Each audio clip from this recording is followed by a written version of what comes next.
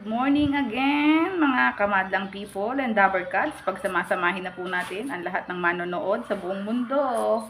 Ano pa pong hinihintay nyo? Message nyo na po ako para po kayo ay maligayahan ng inyong paglilinis ng kuko.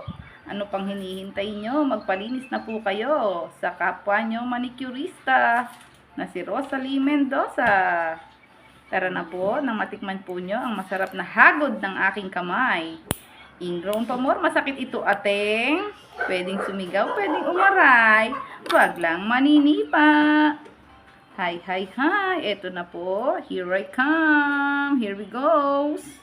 Hop, ang laki na po ng ingrown nyo. Sigurado po makapigil hininga to.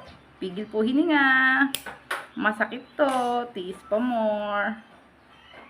Normal lang po ang nasasaktan. Kagaya nga po ng sabi kong paulit-ulit, pag ika'y nasaktan, ang ibig sabihin ay natanggal ang iyong ingrown. Pag walang sakit, pinutol lang iyon. Mas masarap po kasi ang tinatanggalan ng ingrown at mga dead skin. Yun nga lang po, ito po ay masakit, pero mapipil nyo naman na talagang wala na kayong masakit at aray sa iyong mga paa. Tara na po. PM na po kayo dyan. Kailangan ko ng maraming malilinisan para ako'y mabuhay ng matiwasay. Thank you for watching. God bless to all. It's done.